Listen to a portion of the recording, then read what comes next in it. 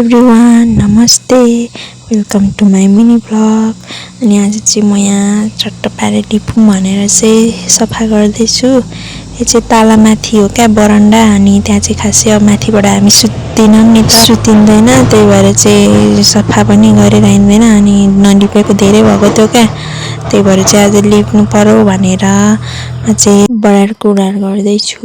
अब यहाँनिर चाहिँ मकै पनि पाक्न थाल्यो नि त, अनि मकै पनि भाँचेर त्यहाँनिर राख्नुपर्ने हुन्छ बनाएर। अनि घामले माथिको टिन तात्तिर सुक्छ नि त मकै, अनि त्यहाँनिर बनाएर राख्नुपर्ने हुन्छ, त्यही भएर चाहिँ म सफा गर्दैछु। धुलो पनि यति रहेछ क्या, फोहोर पनि, अनि बढार्दैछु म चाहिँ।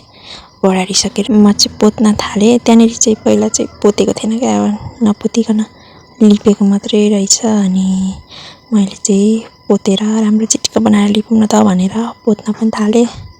राम्रो देखिन्छ नि त पोतेर लिपेको, नपोतिकन लिपेको मात्रै भन्दा पोतेर लिपेर राम्रो देखिन्छ चिटिक्क, त्यही भएर चाहिँ मैले वरिपरि पोत्न थालेँ। अनि पोतिसकेर चाहिँ लिप्छु म। नलिपेको चाहिँ धेरै भएको थियो, त्यहाँ सबै पटपट्टि फुटेर धुलै धुलो, फेरि तालामाथि धेरै फुटिहाल्छ क्या, चर्किहाल्छ, फुट्छ नि त टाढो भएर, भुइँमा भए पो फुट्दैन थियो, त्यही भएर सबै पटपट्टि फुटेर धुलै धुलो भइरहेको रहेछ।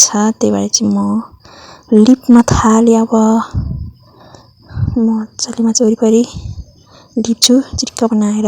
अब त दसैँ पनि आउन लाग्यो, दसैँ तिहार सबै सरसफाइ गर्नुपर्ने हुन्छ। घर भित्ता कलर लाउने, छेप्ने, रोकन लाउने, लिपलाप गर्नुपर्ने हुन्छ।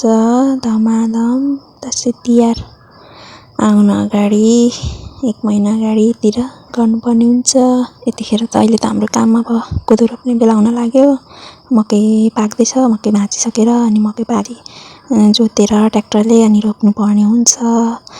बिउ मकै कोदोको बिउ ढिलो रोपेको थियो क्या, ढिलो छरेको थियो क्या, त्यही भएर चाहिँ यसपालि ढिलो भयो कोदो रोप्नलाई। अनि अहिले चाहिँ दाउरा काट्दैछौँ, पुरै पानी पर्छ दिनै, घाम लाग्दैन।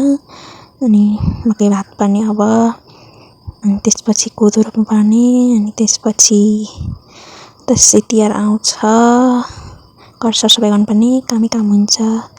हाम्रो चाहिँ सबै मकै पाकिसकेर कोदो रोप्ने भनेरै ढिलो राखेको नि त बिउ, त्यही भएर मकै पाक्दैछ, आधी सरो त भर पाक्दैछ। अनि मकै बारीभित्र रोप्नु चाहिँ अप्ठ्यारो हुन्छ क्या, खन्दै खन्दै रोप्नुपर्ने। अनि मकै कोदो रोप्दा ठोक्किएर मकै लडेर बिजोग हुन्छ, अप्ठ्यारो हुन्छ नि त, त्यही भएर चाहिँ मकै पाकिसकेपछि सबै मकै निकालो, अनि ढोड काटो मकैको घाँस, अनि त्यसपछि जोतो ट्र्याक्टरले सबै, अनि अलिअलि राम्रो पारेर खन्दै झार फ्याल्दै रोप्यो, सजिलो हुन्छ।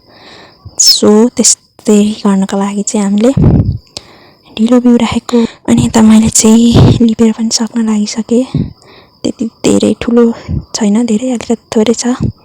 अनि त्यहाँ चाहिँ एउटा कोठा छ बरन्डामा, त्यहाँ चाहिँ कोही पनि सुत्नुहुन्न, पहिला सुत्नुहुन्थ्यो, अहिले चाहिँ सुतिनौँ, सबैजना तलै सुत्छौँ। अनि त्यो चाहिँ गेस्ट रुम, पाहुना आउँदाखेरि सुत्नुहुन्छ। अनि त्यहाँ देखिरहेको बन्द गरेको रुम चाहिँ पूजा कोठा हो, पूजा गर्नुहुन्छ त्यहाँनिर चाहिँ। अनि मैले चाहिँ लिपेर पनि लिपिसकेँ चिटिक्क बनाएर। यसरी चाहिँ चिटिक्क भयो लिपिसकेपछि। अनि यता चाहिँ मैले अघि त्यहाँको सामानहरू राखेको थिएँ, यहाँ चाहिँ ऐना छ, म यसो आफूलाई देखाउँदैछु। यता चाहिँ रोड बाटो।